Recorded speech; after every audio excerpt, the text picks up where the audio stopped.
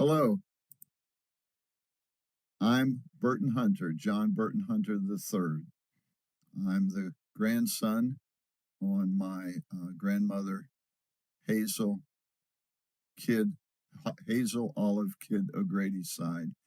I'm the great grandson of Robert Wood Kidd.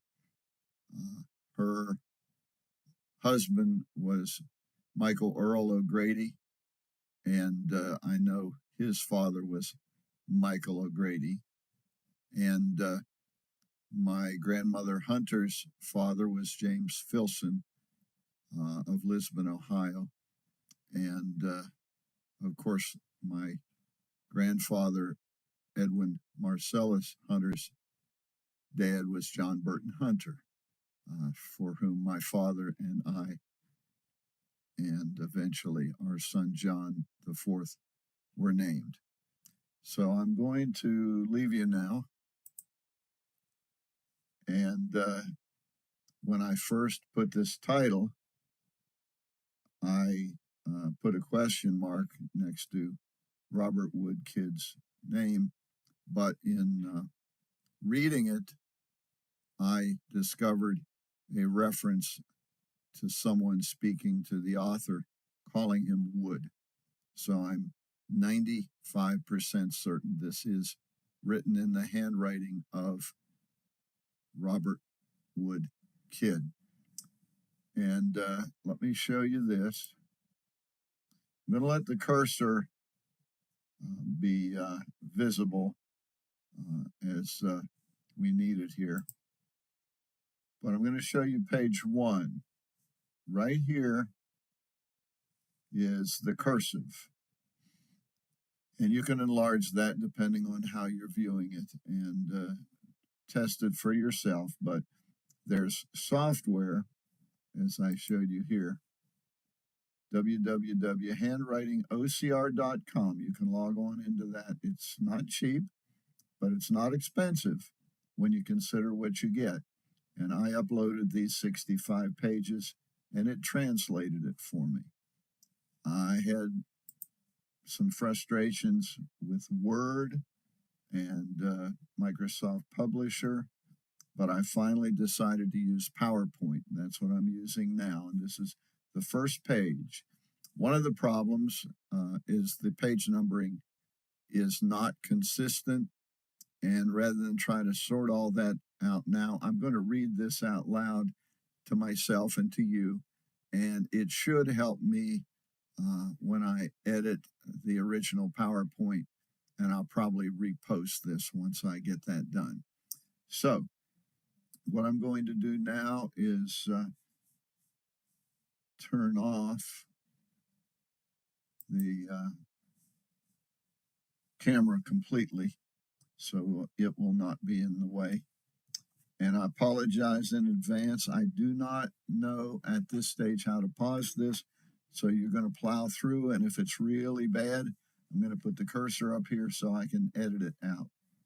So it begins: a memorable incident in my life.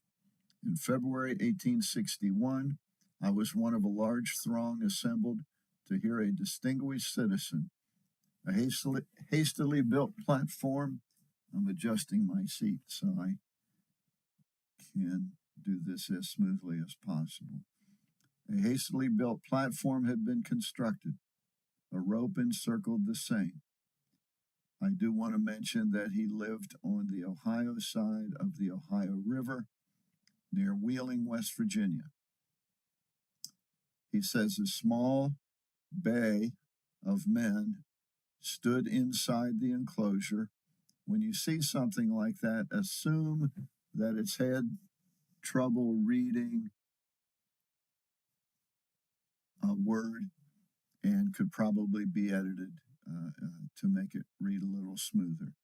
A small bay of men stood inside the enclosure, around which had encircled the rope. No one was to be inside except the reception committee. The train bearing the speaker arrived. He was a special. A very tall, dark man ascended the platform. The reception committee greeted the orator. Conspicuous among them was Colonel Grow McCook. The speaker was soon in the midst of his theme. The Ohio River flowed a short distance. The Virginia Hill formed a detached fringe to the pasture, rising 500 to 600 feet. I see the long extended arm of the speaker, with index finger pointed to the steep hills. We can never conceive the day when that river shall mark the northern boundary of a new commonwealth. If we are true to each other as Americans, all the armies of Europe cannot take one drop of water out of that river. That speaker was Abraham Lincoln. I knocked at the door. Next page. The Reverend Gelbach. They are together in the free plowing. Robert has drawn the reins and the plow stops. Gelbert's team and plow close behind. Gelbert draws to Robert, whose index finger is pointed to the wee posy on the rising sod, soon to vanish. That charming voice long hushed and spoke the words since, thousand repeated wee modest crimson tipped flower. Thou hushed me in an evil hour, for I must crush among the straw thy slender stem. To save thee now is past my power, thou bonny gem.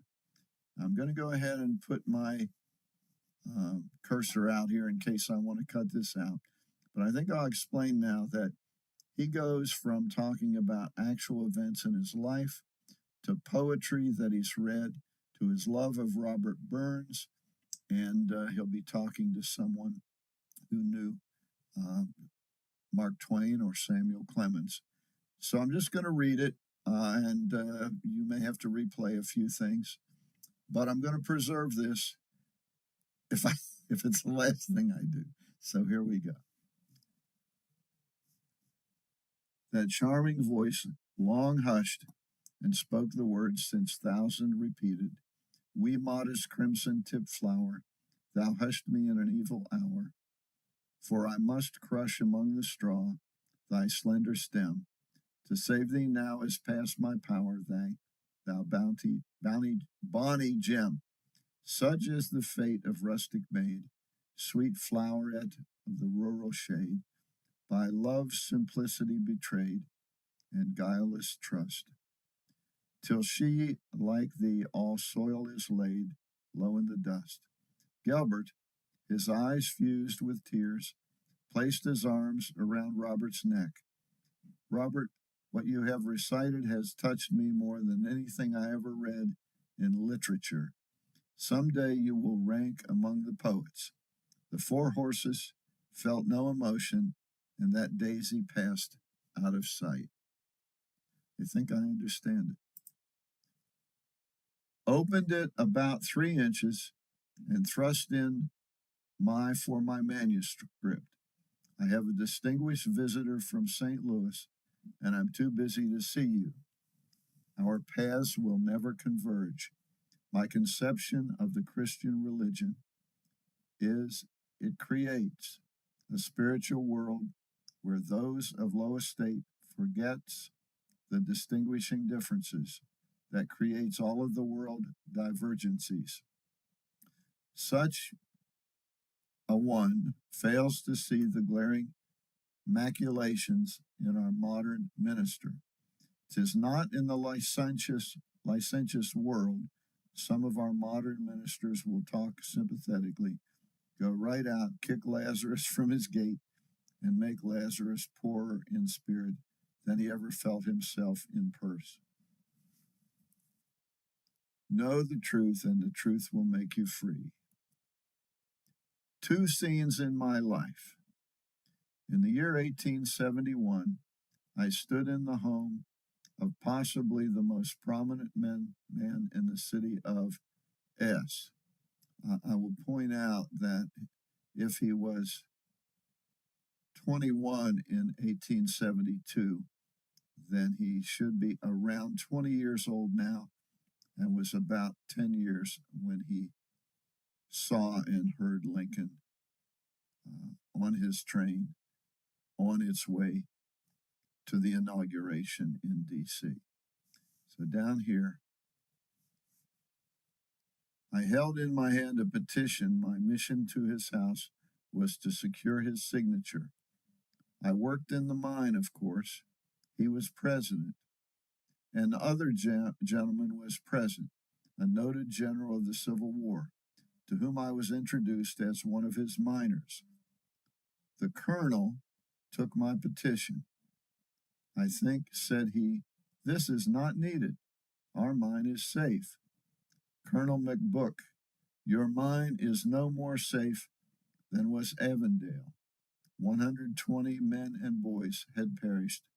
Not one escaped. Do you mean to tell me that I do, Colonel? And proceeded to give him a word picture of insecure mine, 250 feet deep, a mile into the interior, on only one egress. Seating himself at the table, signed my petition.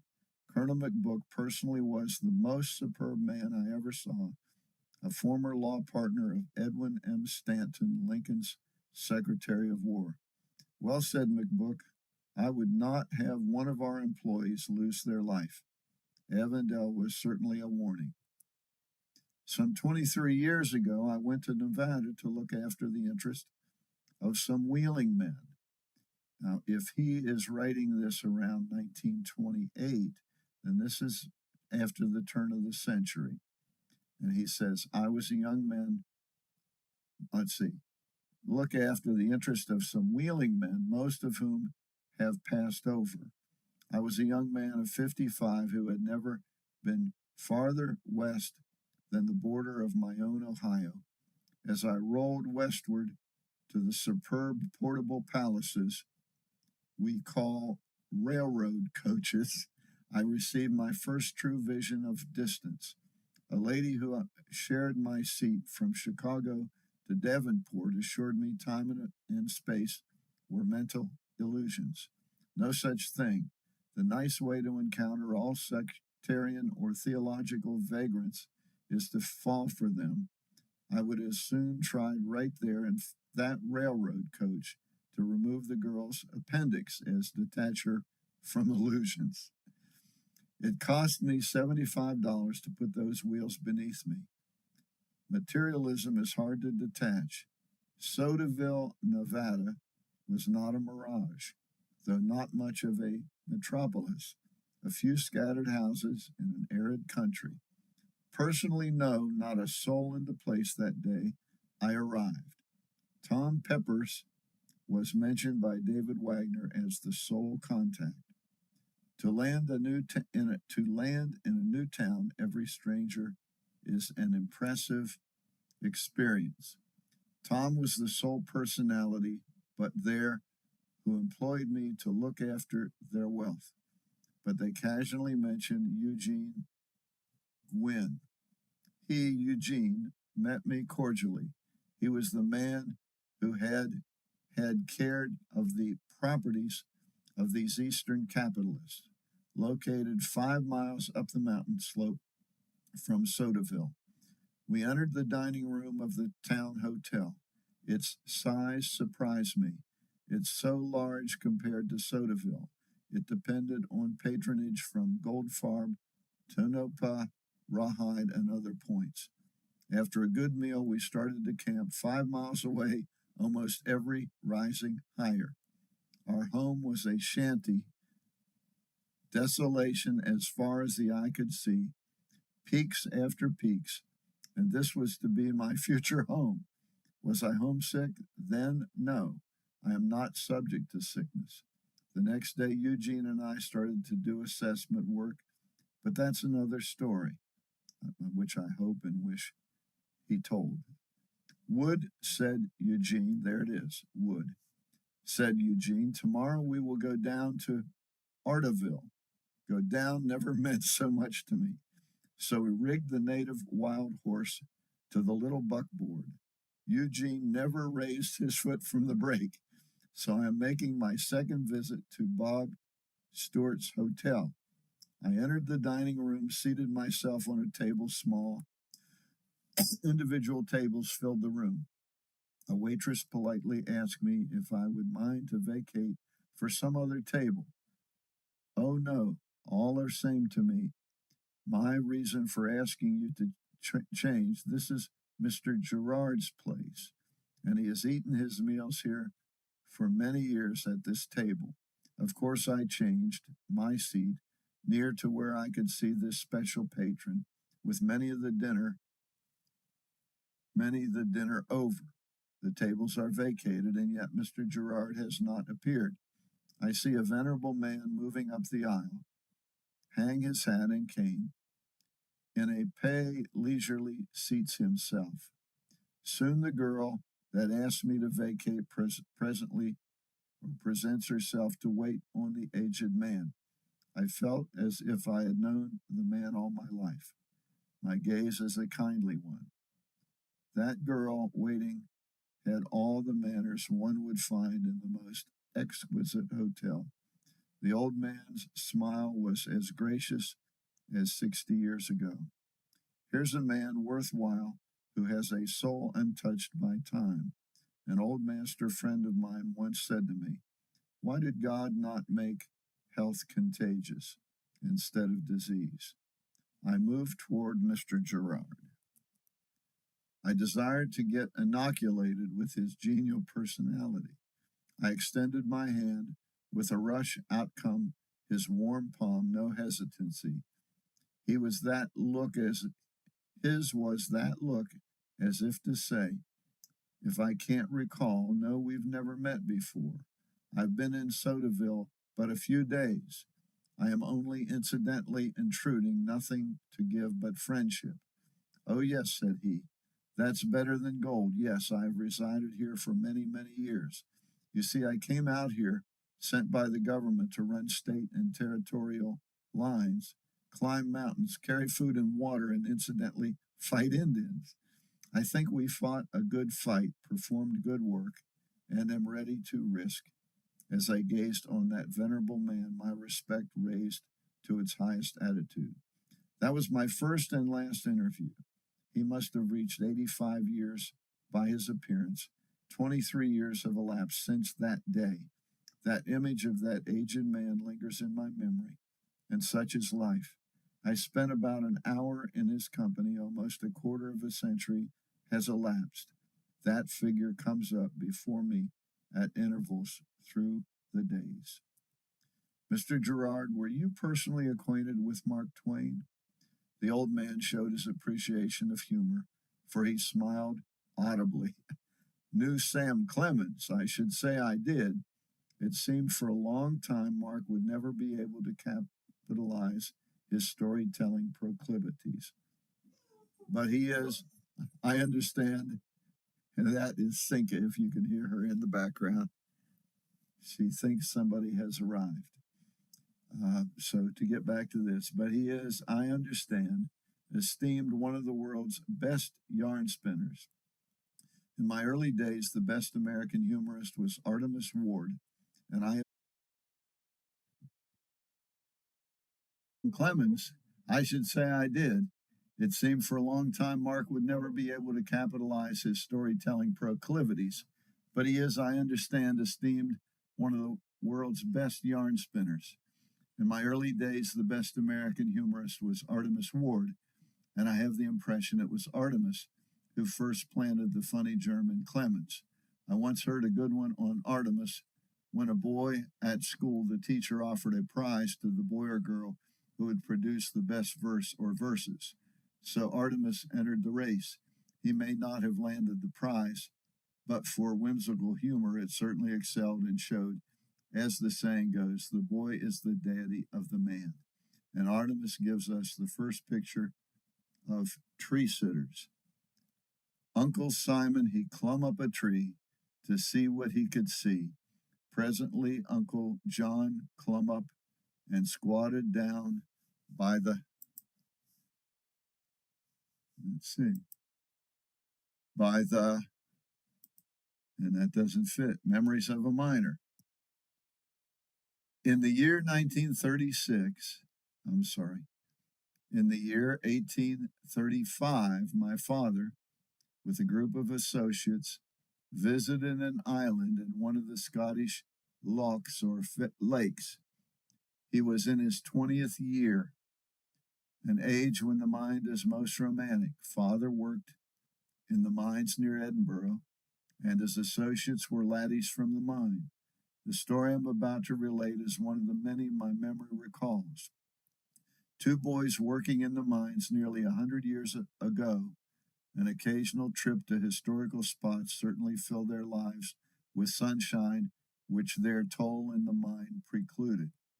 The coal miner has been grossly labeled for a past 150 years. He may have meant libeled, I'm not sure. And as much today as in the past. From the pulpit and from many other high places, we have heard the most egregious, blathering nonsense delivered with a sincerity eminently impressive. But the pulpit was oblivious that there was in the pew one auditor who had spent many years in the mine, named by the hand that holds the pen, that shows the pen, that traces these lines. So I think he's talking about himself. But the pulpit was oblivious that there was in the pew one auditor who had spent many years in the mine, named by the hand that holds the pen, that shows the pen, that traces these lines. One of the amusing things my memory recalls, incidents where a visiting preacher was unaware one person was filled with a Scotch family. Let's see if I can find that page again. There it is. I'm scrolling through and I want to do it as smoothly as I can. Father, mother, 5 boys, 3 girls in the pew. So think about that. He's talking about his father, his mother, himself, 4 brothers, and 3 girls in the pew. 10 persons filled that pew from end to end. And to me, the brainiest man in the church, in my estimate, sat in the aisle end of that pew. You're not constrained to accept my estimate. But 50 years has not changed my conception of the form that sat in the pew to the close of its life.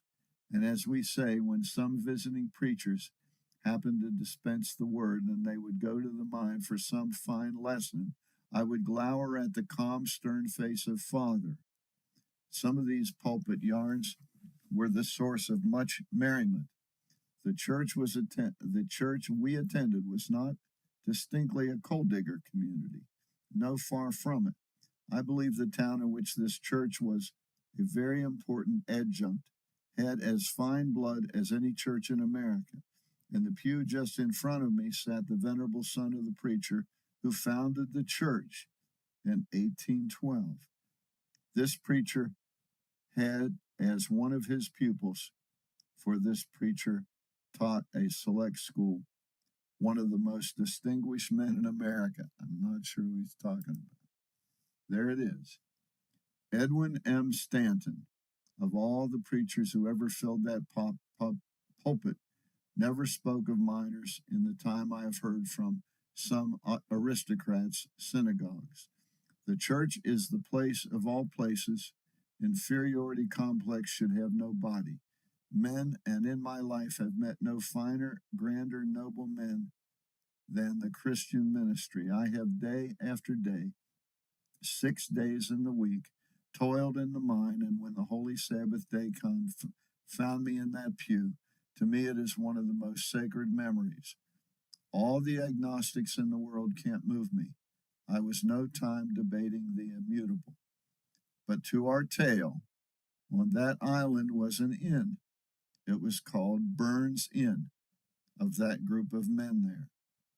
There was no one who could not sing Auld Lang Syne. The innkeeper was a man in his 80s, hale and hearty, and of course he was expected to be reminiscent. Well, landlord, how do you use the name of Burns? Robbie made one visit to my place. So I guess this is the owner of the establishment talking. Robbie Burns made one visit to my place. That was several years ago before he died. He died 1796. I was there over 40 years of age and older than the poet by several years. So if you get your perspective there, we're talking to a man who was 40 years old in 1796, meaning he was born about 1756, talking to my great grandfather, who was born about 10 years before 1861.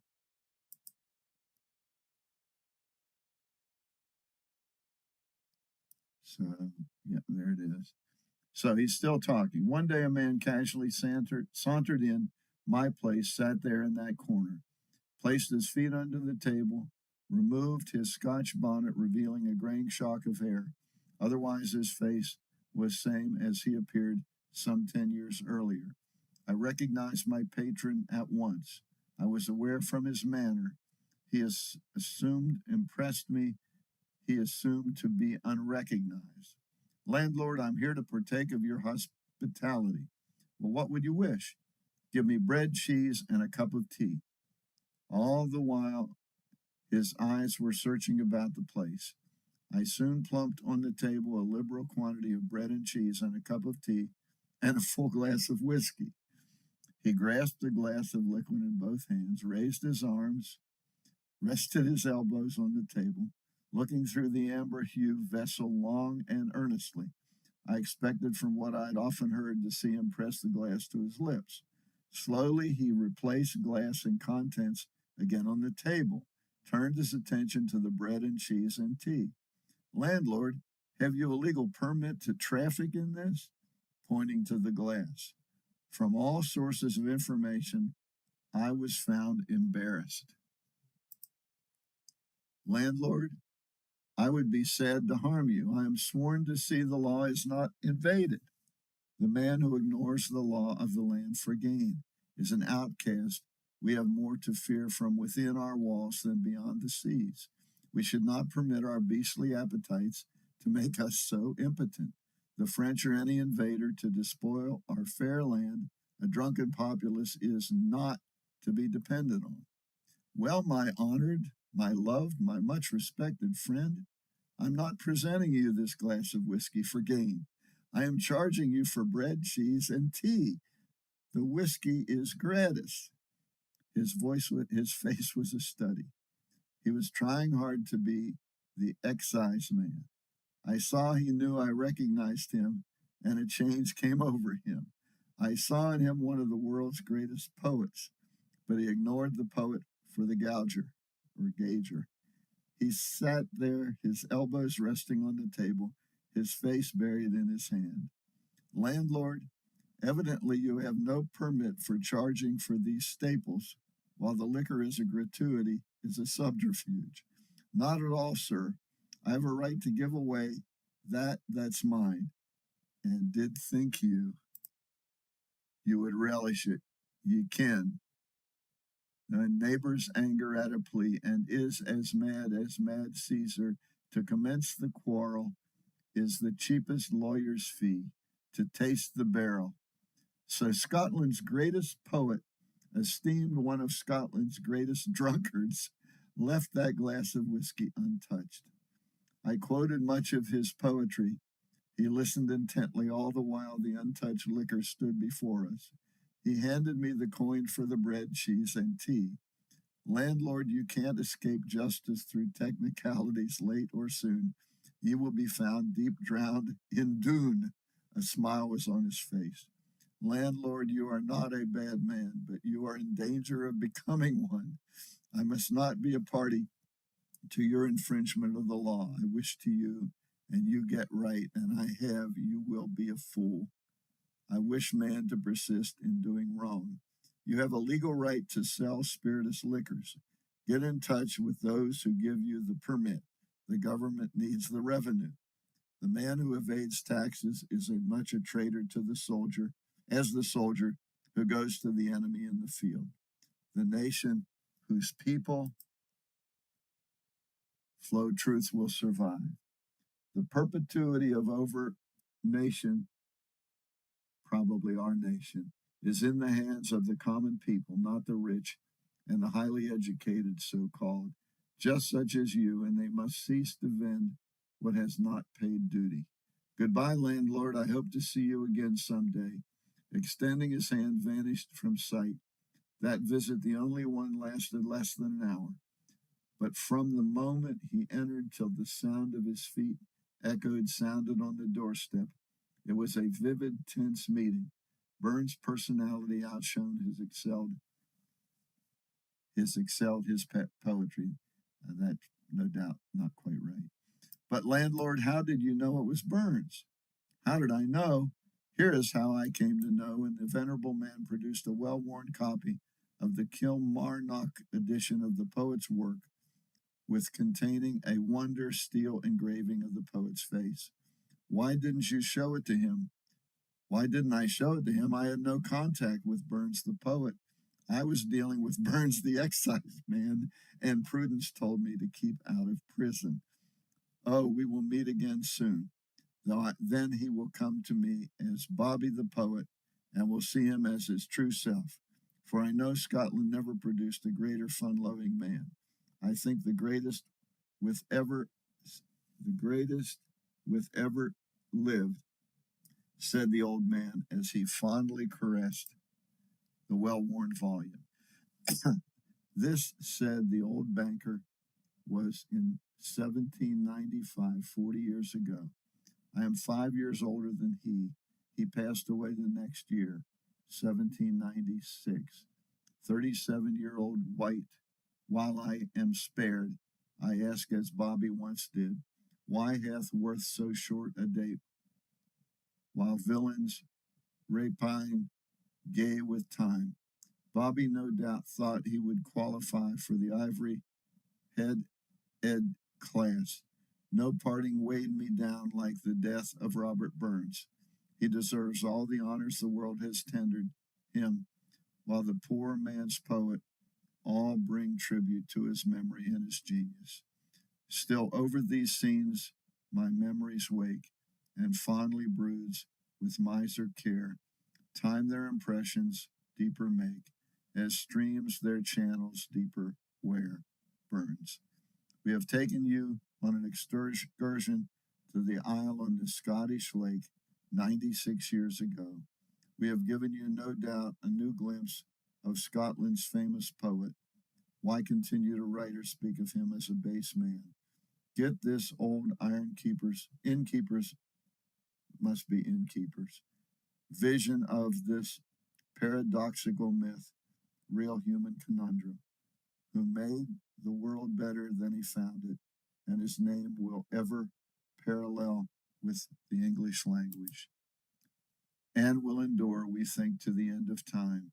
I have read or heard Burns sang perhaps longer than any living man, 75 years, and he is as fascinating today as he was when, as a child, I heard my father sing his songs back in our old home in 1856. For quite a while I was ashamed, which would have made him about 5 years old. For quite a while I was ashamed of the thrill that vibrated in my bosom, though my devotion to these melodies was an evidence of personal weakness. And father was no half-cultured critic, only an old coal-digger. I was thinking more of what was in the mind of the outside world and not what transpired in her humble home. Burns has done more than any other man to neutralize the inferiority complex in me. When any other man was he gross? I learned more about immortality than immorality by reading his pages. My next pages will be devoted to the testimonies to his genius from the world's most superb minds. I think this is about the time he begins to make reference to literature and the Bible and stuff. So if I have to stop, you've had a half hour of some amazing recollections by an articulate man. And I'm so honored that these papers came into my hand. I do not know where the originals of that are, but I do have the original 1872 diary. Commonplace thought, the wooden Indian. Many years ago, we had columnists as we have today. The quick observer, Arasimus Wilson, a paragrapher in the Pittsburgh Dispatch, was a wonderful writer of daily thought, and we read with deep interest. Life has given many of us the benefit of such writers. They appear from time to time, then fade away. Let's see. Then fade away and leave but a memory and a fading memory. Who remembers Arasimus Wilson? When he wrote about 40 years ago, I often thought I would like to meet him and tell him how highly I would appreciate his kindly philosophies. But all he ever wrote, a column every day, has not left much for my mind to feed upon. This date, 1931, okay, that clarifies it. And one of the commonest of that day was one who wrote over the name of the Wooden Indian. I never knew his real name, as if Walter Scott had never revealed the identity of Waverley. The world would not have immortalized Waverley, the fictitious name. So it is with commonplace things with the Wooden Indian. The Pittsburgh Commercial was merged into the Gazette, and that name was dropped. And so today, the journal that carried this no name has choprered. The fading generation will remember the Indian effigy then stood in all its, sorry guys, obering anno grandmes in its various attitudes, such of the tobacco stores. These figures something many places in main stretch. This is a bad patch, but our endeavor is to relate the only story I can recall by this antis, entitled The Noblest Jeever Ever Witnessed. It was at a fire in the city of Pittsburgh. A large building was vanishing in flames, and the firemen there performing the duties, succasayan de muns. Groups of few men were stationed at various. The wooden witness, the conflagration. There were two brothers belonging to the fire department on the scene, whom we will call John and Bill. The great high walls were hanging menacingly. Only those outside the danger zone could fully appreciate the danger. It was John's duty to guard the safety of those fighting the fire. The Wooden Indian saw Bill as he stood under the towering wall by himself. Near, but in another location, was a group of half-dozen men. It was evident the wall would fall. John had to act promptly. He ran to the point where the group were and warned them. They had only time to rush to safety when the wall fell with a thunderous crash. Had John warned Bill, he would have escaped under tons of brick. The body of Bill was buried. The Wooden Indian stepped up to John as he gazed in the direction where Bill stood only a few moments before. Why did you not warn your brother? He looked into my face with a gaze no words comporting, and answered, my duty. This said, the Wooden Indian was the noblest act I ever knew, and this the only anecdote related by the Wooden Indian I can recall of his memory. I thought in his column of 40 years ago. Remember, the Wooden Indian is a writer, and I'll bet you we could find out who he was. Opened it about 3 inches and thrust in my face my manuscript. I have a distinguished visitor from St. Louis, and I'm too busy to see you. Our paths will never converge. My conception of the Christian religion, as it creates a spiritual world where those of low estate forgets the distinguishing differences, that creates all of the world's divergencies. Sinian sirs fails to see the glaring meanness in our modern minister, 'tis not in the licentious world.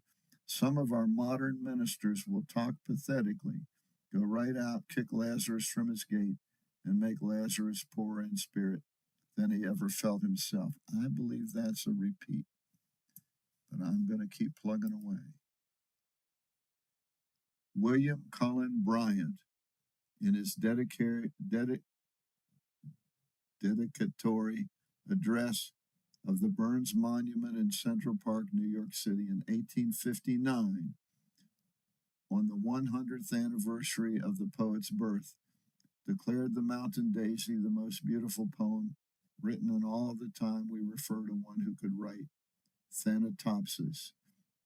In an old volume of Burns I bought more than 60 years ago, and yet on the shelves of my bookcase is a newspaper clipping taken from the Steubenville Daily Herald, January 1869, a tribute from John G. Whittier. Whittier was then living. I cut this article from the paper with my own hand 61 years ago. I look over that old volume of time to see if that almost sacred testimonial of America's beloved poet is still there, a tribute to Robert Burns. Oops. Said Whittier, we would not include Burns among such immortal writers as Shakespeare, Milton, Pope, or Wordsworth. But they who esteem Burns as an idle singer of an idle hour have a poor conception of the Scottish bard. He is worthy of a place among the world's great poets. In the 50s of the 19th century, Fitzgreen's Halleck visited Scotland and Burns' cottage. The caretaker was a very aged woman, a sister of the poet. Mr. Halleck, of all the fine tributes to my brother, none excels yours. You speak of Robert as the wild rose of Alloway, pinning a bouquet on the bosom of the American poet. Here are his favorite roses, a simple token of my esteem. You Americans surely esteem my brother, these poets who have honored. Burns have passed away. Among eminent men now living, we mention two who are certainly qualified to express comparison of his mental powers. Clarence Darrow. Robert Burns has touched the hearts of more mortals than any poet than ever lived. Poetry is the key to the soul, and in the world of pathos, who could wield the magic wand grander than he? For 70 years his words have charmed me, good and pure words, and have helped me over many a rough road, as I expect to show to all who care to take my old hand in my journey to the gate that opens out to all. Feeble as the power possessed by the writer to pay back to my old friend Bobby the life he has given me since the day I entered the mine 68 years ago. That's Robert Woodkid speaking.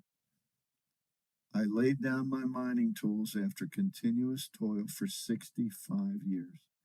A few hours, perhaps, have excelled duration of time. My intention in penning these lines is to bring before the word a clearer view of the men who toil underground. I shall recite as many incidents, personal and traditional, as memory shall recall. I have long grown weary and somewhat disgusted reading some of the swashy tales of the mine writer, written by men and women who have, by their super contrived, complex myths, portrayed the miner, left them more sunken than real life ever found them. I wish I could take a swipe. These sympathetic maligners of the mine, I have in all my reading never read a story purporting to describe the life or relations of the mine, which should have been honored by the title of literature. Some of these tales, no doubt, are better than I can give the world, yet do not forget the truth is essential to true romance. I read an editorial. Sorry, my eyes are getting a little tired, but here we go. Here. I'm going to remind myself to go back and listen to this. I'm going to start up here. These sympathetic maligners of the mind, I have in all my reading never read a story purporting to describe the life or relations of the mind, which should have been honored by the title of literature. Some of these tales, no doubt, are better than I can give the world. Yet do not forget the truth is essential to true romance. I read an editorial in a Sunday school publication that so perverted desired to take a punch at the writer. He bewailed the horrible, low, degraded life of the miner. The two sole fortunates to escape the low life of the mine was Sir Harry Lauder and S. Parkes, bad man, so far as he could learn. I once met Sir Harry Lauder, and he left a bad taste in my system. How do you do, Sir Harry? I proffered my hand, which he feebly accepted. Sir Harry, I am from the same part of the world you come from. Edinburgh. No such place, said he gruffly. No such place? He shook his head negatively. He wished to embarrass me for my audacity in accosting him on the street, without formality of an introduction. I had mentally forgot he was an escaped miner. Dollars had polluted the touch of egotism on the stage. He is the old jocular mine worker. Off, he is Sir Harry Lauder. 6. I was resolved not to let this bleared, yet bow-eyed, insolent beggar bluff me, even if he had 2 million instead of 1, and I had none. Ye say there is no such place, no, very gruffly. Oh, said I, recollecting the twang of the Glasgow Scotch Edinburgh. My father was born near the old capital city, and lived within sound of the kirk bells, and never heard him roll out on his Scotch accents the burg Edinburgh. Turning his back towards the theatre door, walked I away with all dignity he could command, evidently offended at my rudeness. He no doubt would recover his equilibrium if he could meet that editor who mentioned his escape from the mine. The other tribute to Burns by one who still lives is Senator Guy Goff of West Virginia. In a memorial address made in Clarksburg, said Abraham Lincoln is the most original character who has lived since the day of Robert Burns. I am quoting the senator right? If so, this is the greatest tribute ever paid Burns. My knowledge of the world's original men does not qualify me to endorse Senator Goff's high tribute. To me, Burns is the most fascinating personality in the realm of poetry. He lived in absolute poverty, and the poor man, spending his life where life's luxuries are few, must be drawn by mutual experience under which he existed. Burns was ever on the alert for the natural man, free of hypocrisy. Frauds are to be found among all ranks. Elmer Gantry is no reflection on the Christian ministry, and the least reference to that pious fraud. Lewis is as base as the monstrosity as that he has begun a century from now. If his work endures that length of time, he will look in the face of his own creation. Lewis is a prolific enough, much in his soul, to fill a gallery of sculpture work as noble as Elmer. I think he means Elmer Gantry. I think he means Sinclair Lewis. Decide for yourself. Burns needs not go to the confessional. He has before a wide world confessed his sins, and when he has admitted his faults, the scriptures tell us they have remitted. O Lord, if I have wandered in paths I should have shunned, as something loudly in my breast remonstrates I have done, where human foresight has come short or frailty slipped aside, do thou all good, for such thou art, in shades of darkness hide. Sinclair Lewis has no finer conception of the Christian religion than the lost in hell. Pollock describes a scene in hell. Quietly a beautiful heavenly form passes before the lost souls. Reverently their wistful gaze follows their angelic vision, so oftenly out of place in the regions of the damned. Like a mirage fades away, Robert Pollock, the portrayer of the scene, touches one of those who is looking after the vanishing parsonage from heaven, gazing, for he knew he would never see that forever lost visitor again. Who might that be? That, answered the lost sinner, is virtue. Young man, and who may read Gantry, don't be deluded. Vice is not powerful. Prove all things. Hold with an everlasting grip those that are good. Vice is no powerful in the same sense as disease. An octopus is not as beautiful as an angel. Behold what power it has. Keep out of deep waters, and these monsters will not crush you. Love for excitement and adventure may tempt. Read the 23rd poem. Goodness and mercy of all of my days shall surely follow me. Good is eternal. Evil only fights for perpetuity. Hell is no more than a reformatory than the penitentiary. Break down the church, the home, and all that's pure there. Do away with the Christian ministry, and it will take all the resistant forces in America.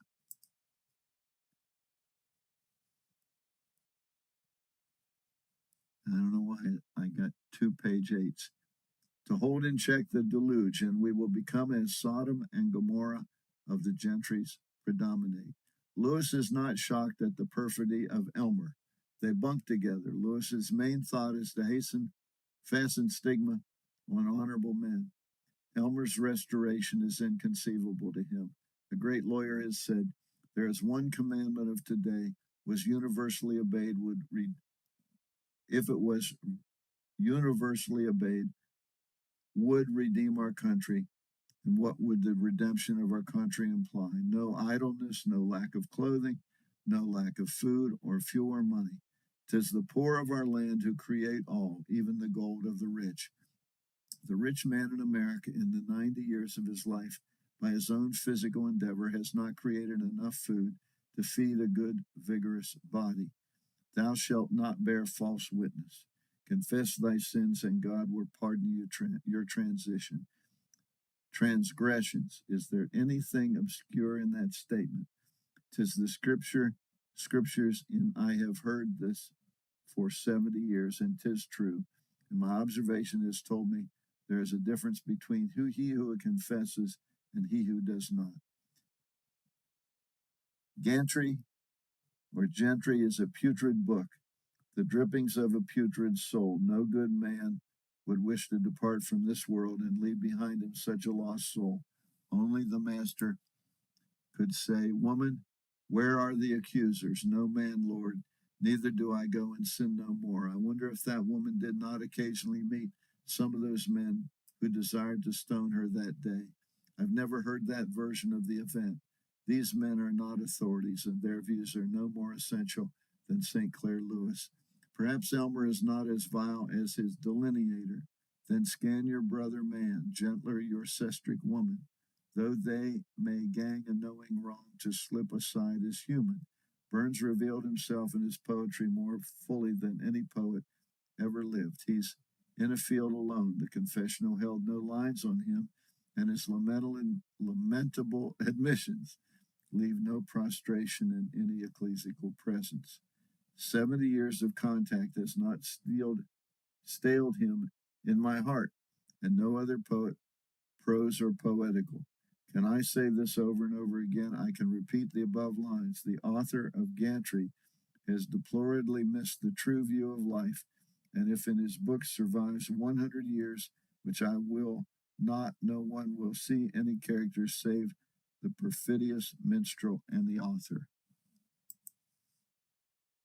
No grander truth to me is contained in the Bible. Then restoration, and the sinner is to the sin men the most intolerant when he's portraying the follies of some misguided one. More than 60 years of contact with the Christian ministry has strengthened my faith in the gospel. Am I in error? Do the lures or the Darrows intimate I have been misled? Would my soul have been better if I have given myself to their garden? Do they really think so? We would say they make the lazy preacher go to work. A minister attending to a large congregation may be called to the home of death frequently. He must keep himself properly attired to go to the house of mourning at a moment's call. How inconsistent! For suppose he should, as the writer has done, spend his time mining coal, mined miles under the ground. Would they dispense with those wonderful services and in silence remove the loved ones to the silent home? Would they expunge those wonderful texts with which has come consolation? We must take into account all that is implied in the teachings of those men. They may be secure and no doubt are, but the world will never adopt them. Life and death are inseparable. I recently read an essay on Robert Burns written by Clarence Darrow. He said, "Many fine things of my lifelong friend, one Burns, has touched the heart of mere mortals, though any writer hold and then quotes him to prove Burns was an unbeliever. The jolly beggars in which Burns depict vagrant life, Darrow tries to make a point to prove was of the same belief as himself." Darrow quotes this verse out of its connection, which is in harmony with the sacred lawyer, and gives it as Burns' personal thoughts, and his will be so quoted by all who read his essay. May my hand writhe at my side rather than hold the pen to instill what I know to be false into uninformed minds. 'Tis the jolly beggars whom there sing, my Roche express the truth, which is put in the mouth of Burns by Darrow.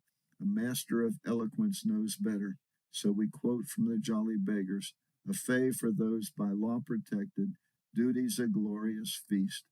Courts for cowards were erected, churches built to please the priests. This is the sentiment of Darrow in The Beggars. Farther in the same song he sings, life is a vascaroon. Little matter how it goes, let them count about chimeras who have characters to lose. Production. Walter Scott said this was the best song of its kind ever written. Burns was a man of deep emotions. Of this we wish to give an instance, and refute Darrow in his delineation of Burns. Burns is in the field. Word comes to him, his younger child ill. Hurries to us home. A scream meets his eye. His child is expiring, and the mother unfolds the tense arm from about her neck. And he later gives vent to his emotions, and we feel assured those are read these lines, we feel their force. Sweet be thy rest in the land of the grave, my little darling, forever. Forbid that let man be a slave, let no man be a slave, his hopes from sustenance to sever. Still I behold thee all lovely in death, reclined on the lap of thy mother. The tears trickled bright and choked stifled breath. Proclaim how dear ye were I to each other. My child, thou art gone to the land of thy rest, where danger no longer can harm thee, where the songs of the good and the hymns of the best. Though an endless existence shall charm thee, I have hummed this song on more than one occasion. Oh, how we of lesser talent must go to these masters of melody to find expression. Carlyle has said nothing was ever expressed in poetry could not have been better expressed in prose. This is a declaration I am unable to grasp. To me, a beautiful poem carries me farther than anything in life, and these verses have brought in my life through long years of toil as nothing has done. 'Tis my desire, if these lines have ever any publicity, that they will give my vision of Scotland's poet. Burns is essentially the poor man's poet. He sang the emotions of the toiler as no other has ever done. When I first found myself wrapped tenderly by his melodies, I was not more than 3 years of age, when before a blazing fire I sat on my father's knee. The house might have been cold, but the mine was near, and the great coal heap ensured plenty of fuel. Our world to me in that far-away day was very circumscribed. Riches and poverty to me were unknown terms. Comfort, heat, and food were to me the big factors in life. I was not aware our home was very meager. As I remember, contraries never presented to self. The people who made our community were on the same social level, Yet there came into my soul, there was something in our family circle that caused me to visualize we were different than those who lived next door. Fathers seemed different than the fathers of my chums. The Ohio River separated our homes from the great city of El, whose church spires and melodious rhythm of the Sabbath bells were carried to my ears. Each of the various families possessed a small rowboat to cross the river.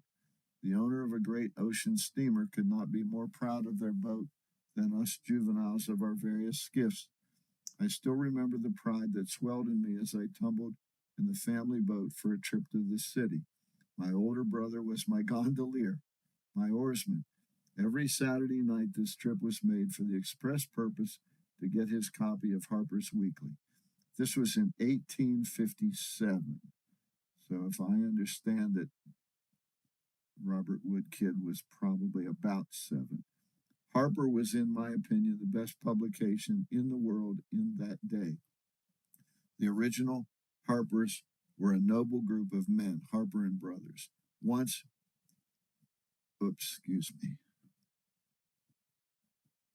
when the question was asked, which one is Harper and which one Brothers, the answer was, and I've got to take this up.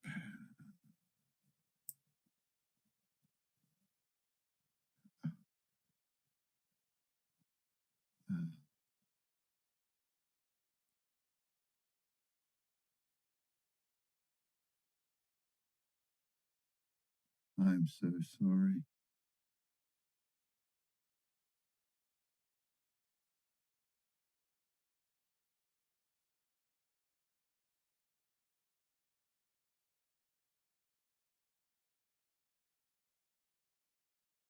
Okay, well, I may have missed a page, but I'm going to go on.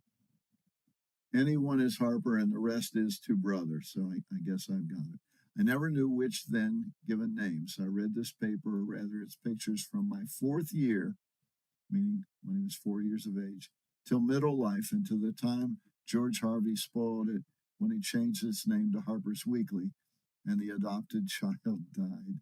But this wonderful journal come to our home in quite a number of voyages I made across the river with his brother to purchase it.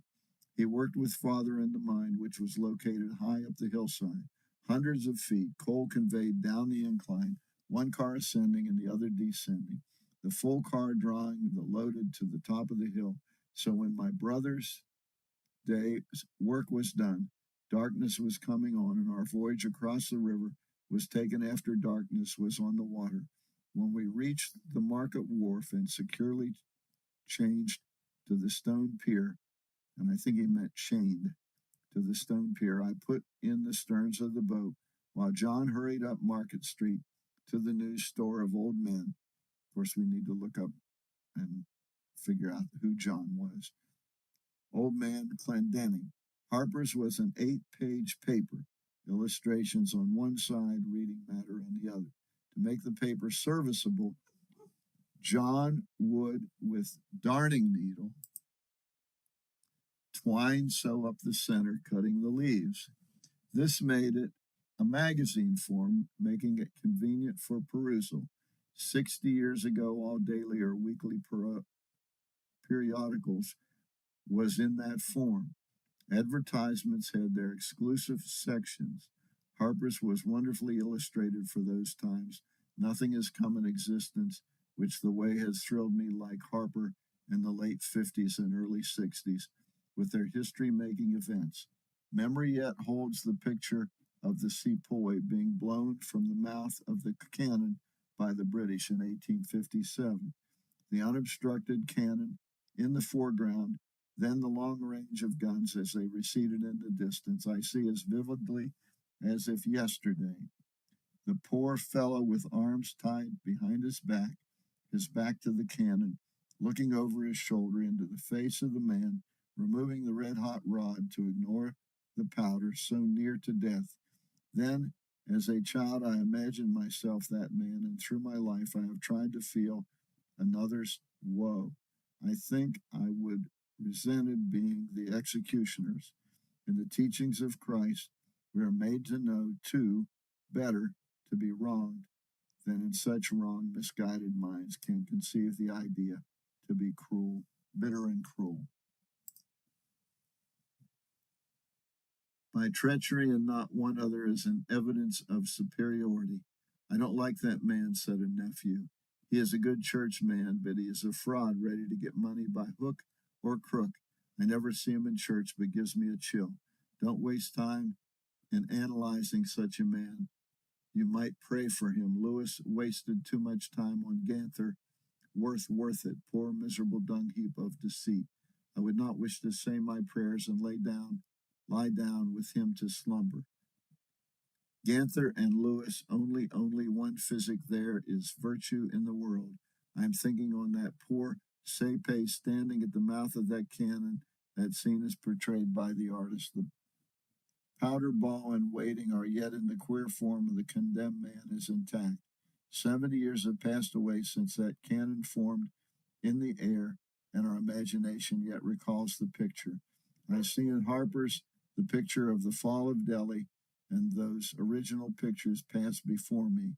My most vivid recollection of Washington Irving, the great writer of the day, I received as I remember the picture in Harper's as he lay in his coffin. We had no caskets in those days, just coffins. They were made to fit close undertakers, no morticians. Nothing contrasts the long past with the present. This does the mortician's art. In life he has been a very handsome man, if the mortician does not. I get this thought from the face of Brown as I remembered it peered from his meager coffin.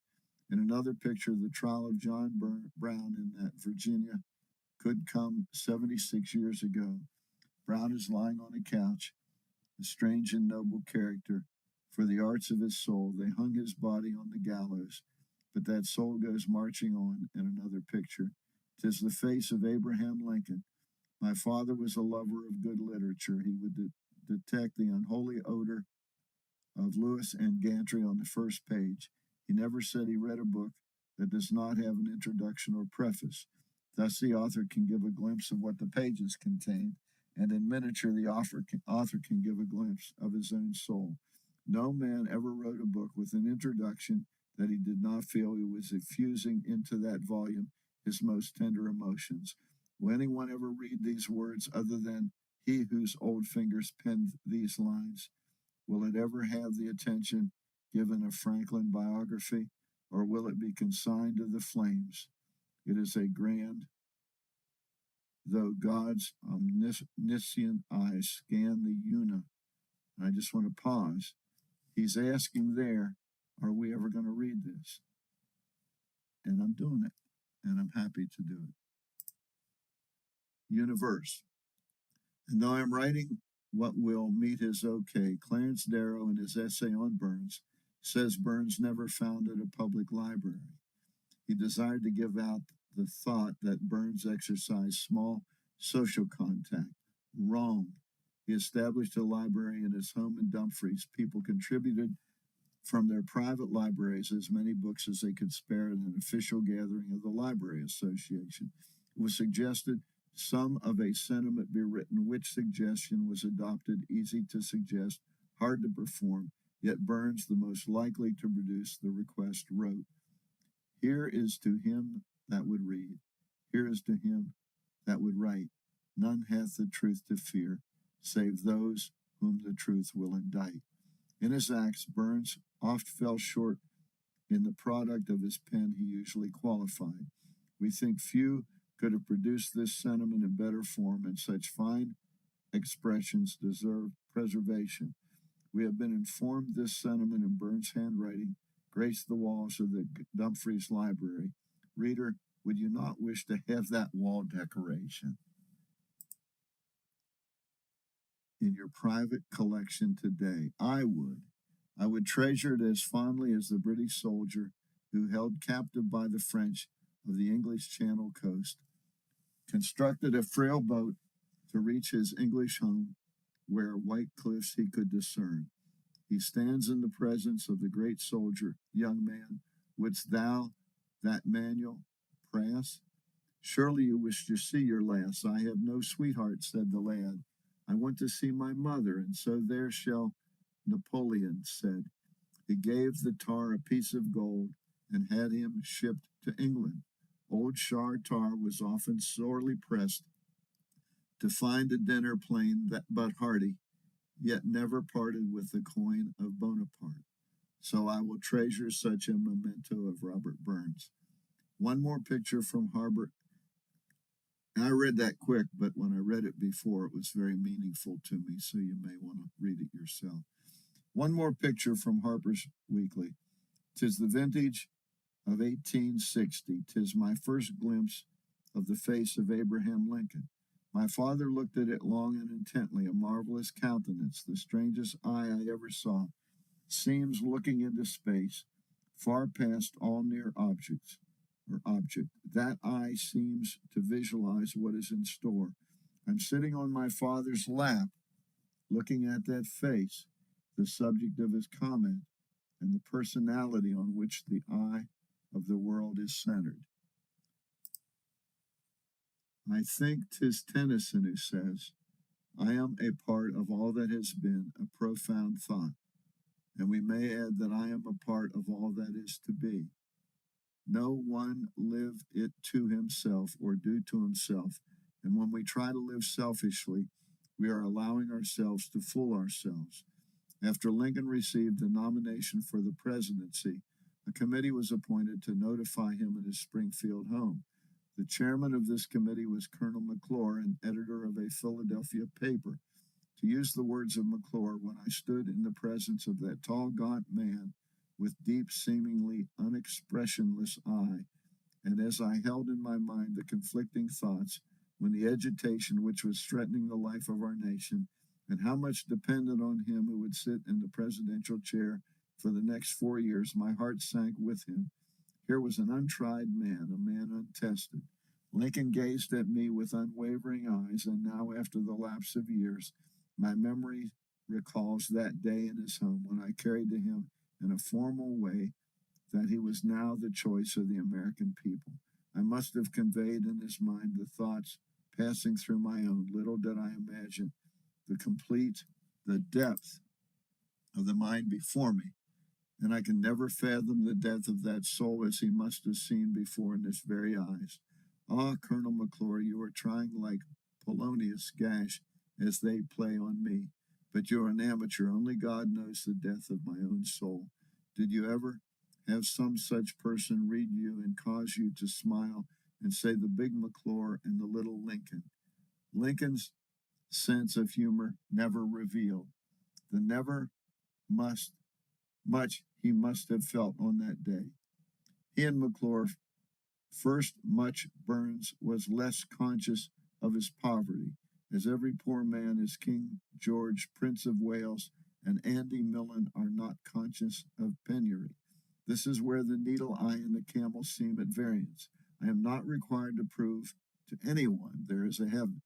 He who says in the words of old Governor William Allen, "'Tis all damned barren ideality," Allen and the true politically, I don't wish to quote the old governor wrong, but those who say revelation is a myth,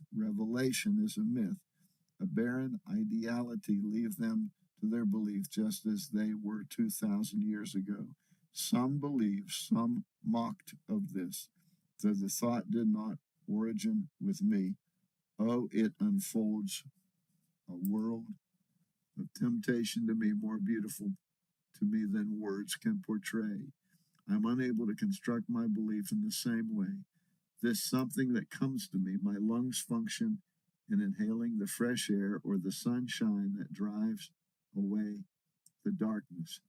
I need no dogmas to prove to me sunshine and air are existent. I don't bother myself about the Immaculate Conception, the great universal process are equal, unaided by scientists, so-called, to care for this profound announcement to the world. I accept it with faith, not in incredulity, just as the world 2,000 years ago was asked to. A liar always spends too much time qualifying his lies. Nothing in the world was ever presented with less art than the great truth of the New Testament. This wonderful simplicity, announcing the most stupendous, phenomenal prophecies. One class of preacher doing little good are those who ask over the radio unanswerable questions. One calls him self the temple on the air. This Rev says, I don't think it's essential to believe to accept the resurrection of the body. Why doesn't this Quarles say to his questioners, read your testaments and form your own conclusions? Do I believe in the resurrection of the body? Most certainly, the dead that are in their graves shall have his voice. Mr. Scientist comes ailing and says, Helen, see how that can be. He's a practical man, and he knows he's unable to do this, and his faith is not sufficient. So the easiest way to escape is either by the means so, or man passes into the spiritual world to exist while his dust forever slumbers. Getting old and near the end of the road, I think this is Robert Wood Kidd speaking. Getting old and near the end of the road, my thoughts begin on these great sayings. They who are in their graves shall hear his voice. Did man ever unasked speak such words? All this is lies who answer. Some, sorry you say so, can't by faith accept to me. 'Tis as marvelous as he who say, I can't believe.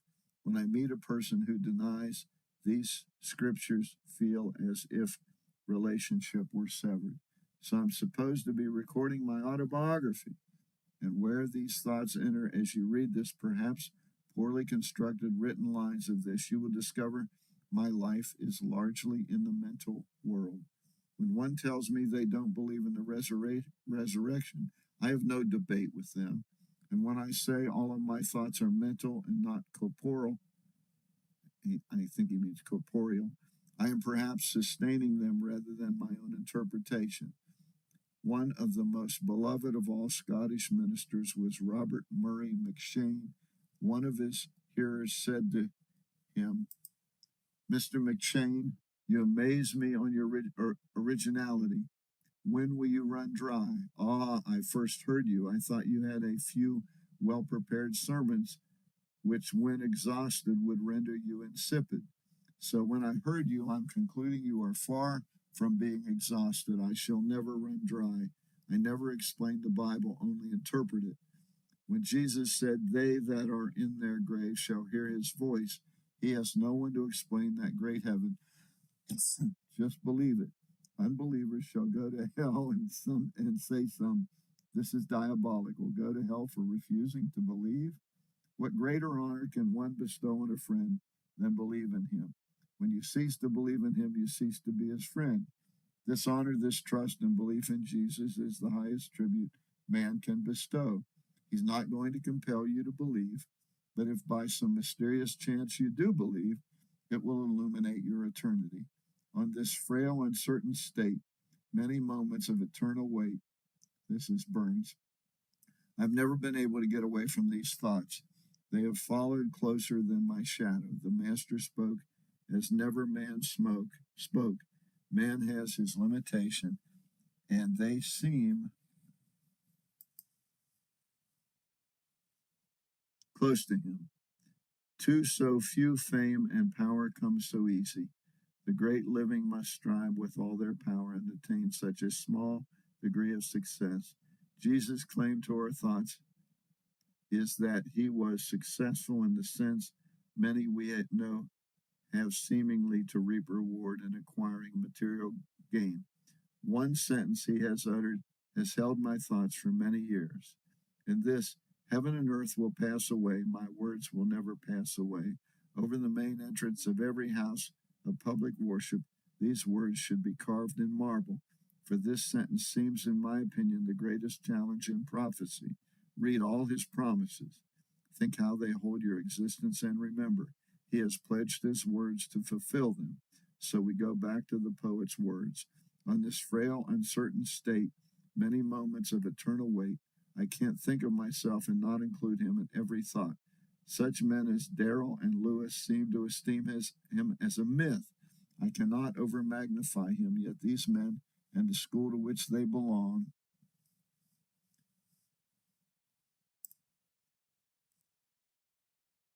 give out, seemingly unconsciously, the truth or dogma.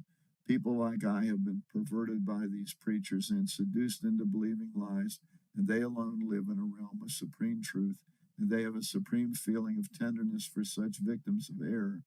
To the believer, such men are the most unenviable mortals. They have nothing to offer save in the creation of a charade like Guntry.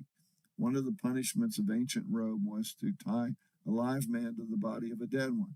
I would not fancy to have my name linked permanently with a fraud. For instance, Elmer Gantry, Sinclair Lewis. Many years ago, I read a scientific article about the wonders of the stomach, how it held the food we eat, and into it those dissolved fluids were mingled and dissolved, creating blood and life, and yet the stomach was not itself dissolved. Even metals cannot in this strange receptacle. Elmer Gantry is a myth. The dependencies on his creator for the attributes that will ever attach themselves to him.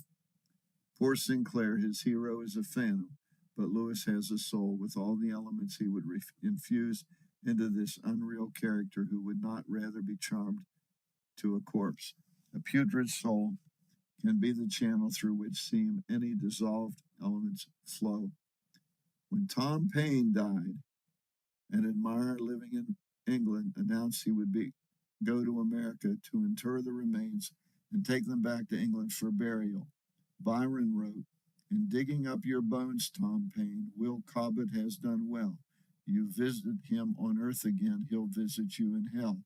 The author and his hero are immortalized together. We hear someone ask, "Did you ever read Sinclair, Gantner, or Elmer Lewis?" No, but I've heard of the book, did you say Sinclair Gantler by Elmer Lewis? I will write them and name down so I'll not be mixed. Heaven and earth will pass away, my words will never pass away.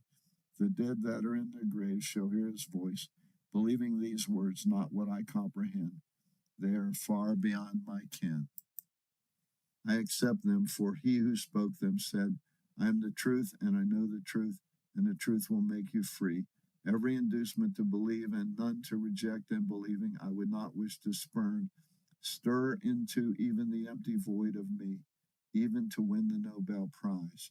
For almost 70 years have been in close touch with the Christian ministry, have oft stood by the open grave while fell upon my ears those profound words of promise and hope first spoken by him who has left to the human race the sole words embracing immortality, words as supreme by granted them as their auction above my sentences in Scripture. To me, the Scripture, getting a little tired.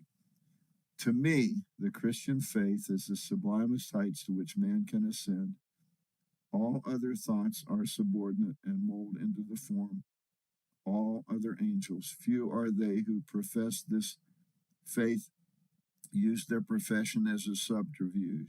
I would not wrong Lewis, but to me his work is incomprehensible. Cannot see where it is going to lead. The world is the better. All great authors whose works I have read have lifted me to purer heights. I read his book, but never purchased it. I borrowed, and the person who loaned me the volume said, "'Tis not fit to read." It gives me pleasure. This criticism for any book that is read for the purpose to get the author's point of view may not harm this mature mind, but may formulate the development of the young. It's an interesting perspective, and I really like that paragraph. This is Bert Hunter speaking. Said Walter Scott to his son, Sir Walter Scott to his son-in-law, John Lockhart, I am nearing my end. It gives me great satisfaction as I near the other world. I have never wished to corrupt the soul of anyone. He whose influence has ever been for good, to use to a higher plane, need for ever fear when he shall journey through the dark valley. The man who developed such a book as Gantry must have an almost diabolical hatred of the Christian ministry. I hear the minister say, they hated me without a cause. We know that character has malignity. Of what use is the malignant man, especially he who has no moral vision? Some of the most benign men are they who are at variance with those who hold divergent views. He who differs from and from his mind there flows vituperation in most abhorrent form is to be classed as a malignant hater. Paul belonged to this class as harsh, callous indifference heard the dull thud of the stones as they did still the benevolent countenance of Stephen. One of the great truths of the gospel is that man is mutable, and that a Paul may rise to grander heights than even a Stephen. Stephen's hypocrite desires in his most lost moments to be better than a subterfuge. Will we quote Burns to give strength to our thoughts? I am writing for those who desire truth and not calumny. And as those lines are penned, we have no desire to turn our thoughts to make the cause more serene. To the critic, he who made the human heart, though he alone decidedly can try us, who knows each chord in various tone, each spring its various bias. Even Ganther might say to his intimates that Lewis lied to me. Who knows? Vanity's sins will not send Lewis to hell, but Lewis lies will no matter who they affect. They have more influence than directness, and the Lord knows they shoot straight. I'm in a quandary between the two, where Lewis ends and Gouty starts. Yet we are in the one, the source of light to the other. No mortal man who has lived a long life can go back of the years of influence and recall all of the points of influence that he left in the past journey. Memory said a certain president of the United States is God's best gift to man. Memory is a mystery and futile plant. For some plants are end and root poison, and the scripture asks the question, do men gather figs of thistles or grapes of thorns? When we wish to find virtue, we go where we know we will find it. Not to George Steve dance hall, it may be there, but if so, sorely out of place, and is in peril virtue in its own reward and its own cures. That Sinclair Lewis has literary talent is obvious to me. I can scarce comprehend the peculiar activity of a mind that can function is so magic a circle. He drags Elmer through 432 pages. He's really obsessed by Elmer Gantry. And from the first to the last, Elmer is no nearer home in the last line. These two charming, clumsy dancers have been raking the boards of the stage on the space as small as the sole of their feet, and for this feat, Sinclair gets a world prize. The only instance I have ever heard this exhibit excel, where I read many years ago of a writer describe the diminutiveness of a certain personality. A million souls like yours could run a race 1,000 years upon a cambric needle's point and never lack for space. Some critics give Shakespeare credit as the greatest writer of all time, yet in altitude of thought, he never bumped his bald pate against the rafters of the universe. I think this is a repeat. I must again quote my good friend and venerable friend John Caldwell Burns of Chicago. In the eternal range of thought, no limit time has ever wrought, or magic wings our spirits and forces pierce the portal of the skies. Many a soul wandering across the vast, dark desert of despair has caught the gleam of a ray of light from some unknown source that arrested their diverted steps from the fathomless abyss that led them into the realms of endless day. There has not been those who have felt this sensation of joy. Has there not been those who have felt this sensation of joy? Sure, the most ecstatic joy the soul can ever experience. That hope the world can ne'er give or detract. The scripture calls it eternal peace, and we have the promise from the lips of its source. You will not find this promise in this introductionless volume of 432 pages, as putrid pages as ever preached you through an impure mind. Pure verse is one of God's gifts to man.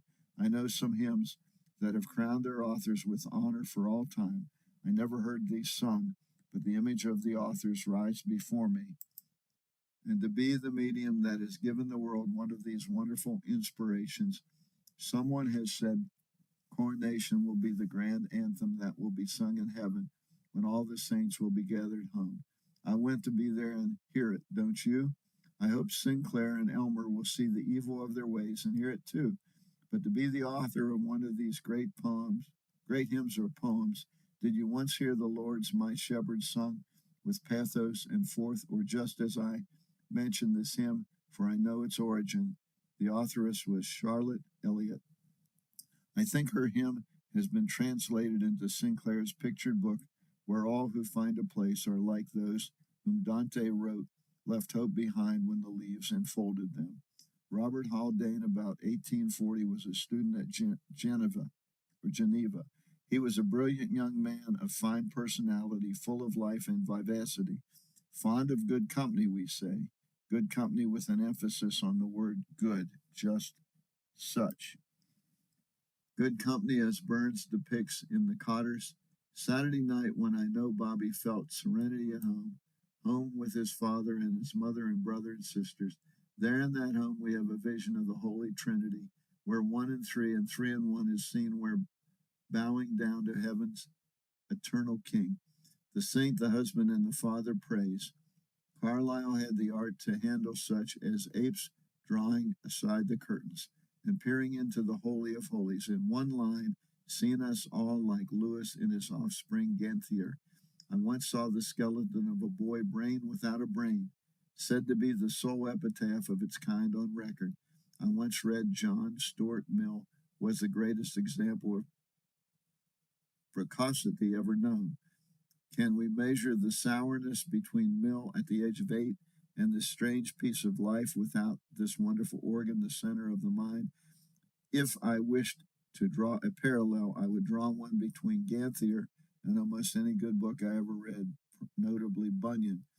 Well, we will return to Robert Haldane. We note Sinclair refused in his own book to the hymn by Charlotte Elliott. He did not mention this lady, only refer to her hymn.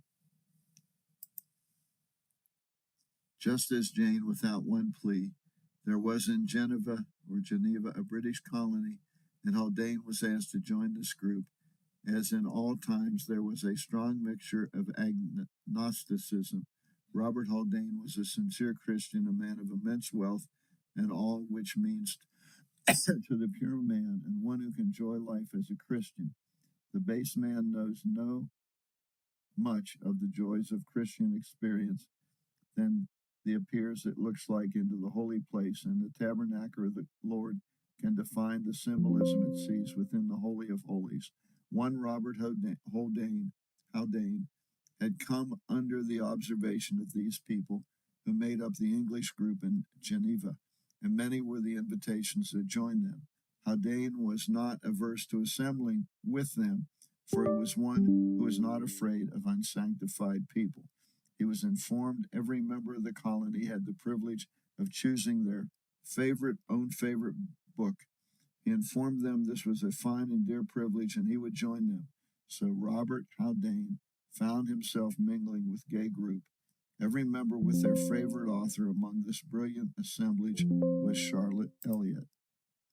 Haldane carried his Bible, the very book such have so much hate.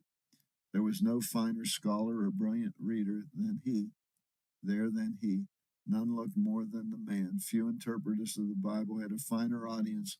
Even Paul, before kings and philosophers, could not have found a more critical assemblage than did Robert Haldane. Well, it was the same as with Jesus, Peter, Paul, and others. Thus, some were impressed and changed their life. Among those who came under the influence of Haldane was Charlotte Elliott and her immortal hymn, with sung itself forever of our nation endures, which it will crown him Lord of all. Christianity must be measured by its total acts and efforts, not its fears and groans. Thus, the so-called hypocrite has more latitude in the church than anywhere else in all his activities. For the Christian minister approaches everyone who comes to the sanctuary with open arms, and only the deep-seated apes are able to see the fraud and deceit. I once heard a discourse which explained to me why man cannot see all the invisible to my satisfaction. This discourse was given by a Christian minister many years ago, the Reverend S.B. Bowler. The eye is composed of certain material elements and is incapable of seeing anything save for what constitute any material parts of itself. The Christian religion may be termed a sixth sense, and as is stated in the Bible, the secret of the Lord is with them that fear him. The greatest honor that can be conferred on any man is to be in Christ's brotherhood, and no fraternal order in the world enables man to surpass a base man. All a group of bad men, they are all aware something is amiss. Let a clean man inadvertently mingle with them, silence ensues. Judas must have felt a sudden change of atmosphere in the short walk from that upper chamber to the city council that day, and this atmosphere helped him place the noose around his neck from the day the Lord taught his followers there. I think this is the last page. Wonderful words, our Father, and can we venture to affirm no mortal ever went suddenly before his Maker, repenting that prayer sincerely.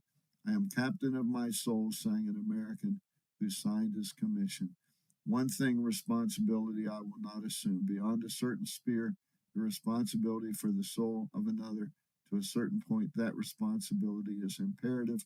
We think we have delivered our message to Sinclair and Elmer, and may we never again meet again unless in a purer climate. Fare thee well, and if forever, still forever fare thee well. Though even unforgiving, never against thee shall this heart rebel. I will in my journey to the end turn my thoughts to nobler men. Many men are noble, some are to some degree base. But I wish here to mention who the story and writer for this story I read in a Pittsburgh paper all of 40 years ago performed the most noblest act I ever knew or saw. I may find more, this is me speaking, I may find more later, but that is the end of what I'm reading today. And if anybody listened to this, God bless you and thank you. But I'm glad I got it done. And I think I got a feel for this man who worked in the coal mines longer than I worked in the practice of law.